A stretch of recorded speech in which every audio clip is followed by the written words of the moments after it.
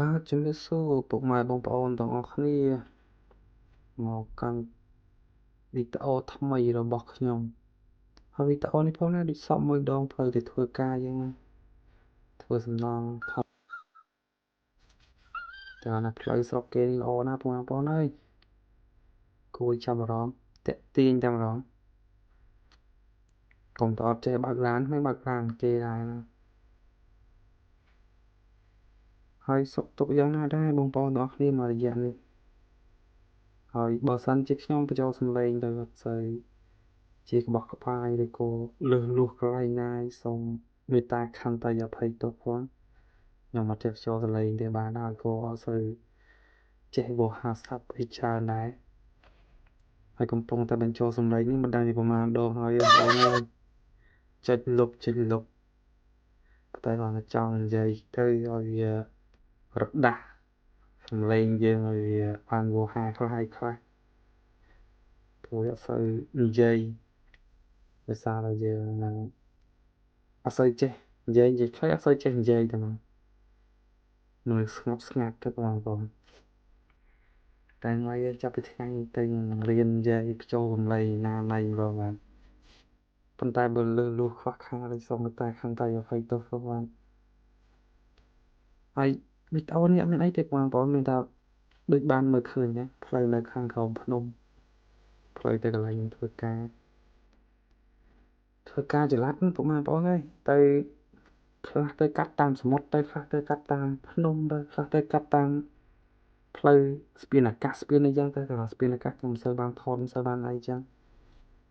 ហើយដោយសារតែបានថតនេះដោយសារតែនៅក្នុងខាងក្រោមភ្នំនោះទូរស័ព្ទខ្ញុំក៏មានសេវាដល់ពេលចឹង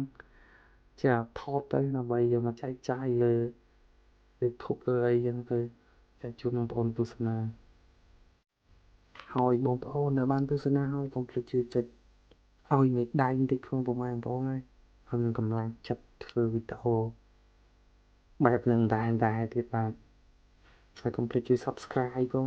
ដើម្បីឡើង Subscribe ឡើងឲ្យគេ5ឆ្នាំបងប្អូនខនបន្តិចទៅអីបន្តិចចឹងទៅបានឡើង Subscribe បាន70ប្រហែលអ្នកហើយបងប្អូនហើយតែមិនខ្វល់ទេឡើងសំខាន់ជួយចែកម្លែកកន្លែងណាដែលថាគិតថាល្អទៅចែកម្លែកឲ្យបងប្អូនបានឃើញទាំងអស់គ្នាបាទតោះទៅកាន់វីដេអូរបស់យើងវិញហើយបងប្អូនយល់ណាដែលបានចរាចរស្រុកគេមើលតាមវីដេអូហ្នឹងបានខ្លះចឹង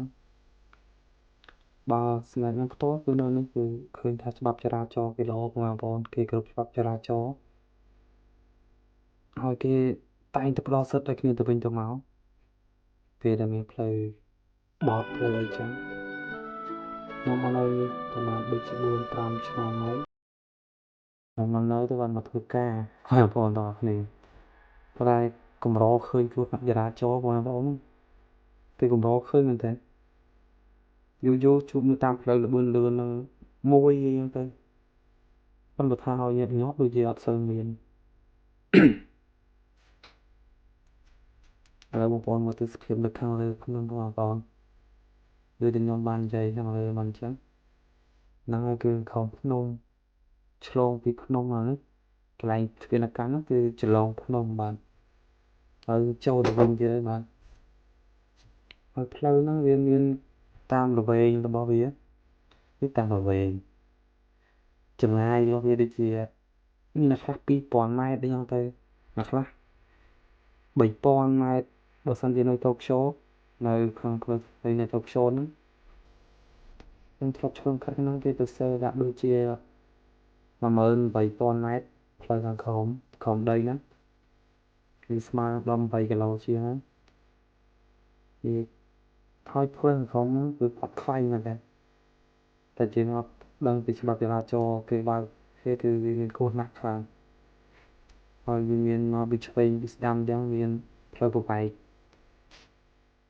ហើយខ្ញុំកំពុងចង់រត់និយាយវិស័យទៅបងប្អូនហ្នឹងដល់និយាយវិស័យហ្នឹងយើងអត់ចេះចូលទៅវិញអត់សូវចេះនិយាយណាដល់ណានិយាយទៅហើយយើងនិយាយនៅដល់ល្អក្នុងដីហ្មងចឹងផ្លូវក្រោមដីហ្នឹងវាមានកន្លែងប្លន់អគ្គិភ័យ ពីបងប្អូនបានឃើញនៅខាងឆ្វេងដៃហើយនឹងមានកន្លែងទេទូរស័ព្ទសាធារណៈគឺមាននៅខាងក្រោមហ្នឹងទាំងអស់ហើយផ្លូវចេញបាទផ្លូវចេញផងដែរហើយកន្លែងរថអគ្គិភ័យហ្នឹងមិនមានកន្លែងពីកន្លែងទេបាទគឺមានច្រើនមែនទែន200ម៉ែត្រមួយដូចជាបើមិន200ម៉ែត្រមួយក៏100ម៉ែត្រមួយដែរពីតិចទៅប៉ុន្តែគឺមានតមានរហូតបាទ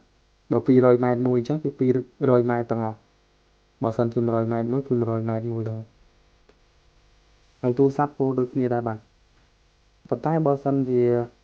ផ្លូវចេញពេលមានអាសន្នពេលមានអីថាគ្រោះជើងដីគ្រោះធម្មជាតិអីយើងអត់ដឹងយើងអត់បានព្រៀងខ្លួនទុកហ្នឹងអាហ្នឹងគឺមានផ្លូវចេញហើយផ្លូវចេញពេលមានអាសន្នហ្នឹងដូចជាចម្ងាយពីគ្នា250ម៉ែត្រមកកន្លះ250ម៉ែត្រមកកន្លះបានហើយខ្ញុំពុំដែលប្រើដែរព្រោះតាំងពីមកអត់ដែរជិះពីគ្រោះជើងដីជួយអីធំទេនៅកន្លែងខ្ញុំនៅហ្នឹងសប្បាយមែនទេហើយតាមក្រុមខ្ញុំក៏មិនហ្នឹងបើសិនជាមានគ្រោះជើងដីអីគឺគេមិនអនុញ្ញាតឲ្យយើងបើកទៅដែរបើសិនជាយើងដឹងចូលកន្លែងទៅលេងមកវិញបានបងហើយគឺដឹងថានិយាយពីរឿងរ៉ាវពីស្អីអត់សូវចេះនិយាយទៅពេលនិយាយទៅនិយាយមកចេះតែបាននិយាយពីអីឥឡូវពុកម៉ែបងប្អូនទស្សនាតាមការគូទៅហើយទៅសូមជម្រាបលាសូមអភ័យទោសផងបាទនឹងការបញ្ចូលសំឡេងអត់ក្បោះក្បាយទេបាទបងប្អូនអរគ្នាឥឡូវបងប្អូនស្ដាប់ភ្លេងមើលវីដេអូទៅបាទបងប្អូនសូមជម្រាបលាសូមអរគុណ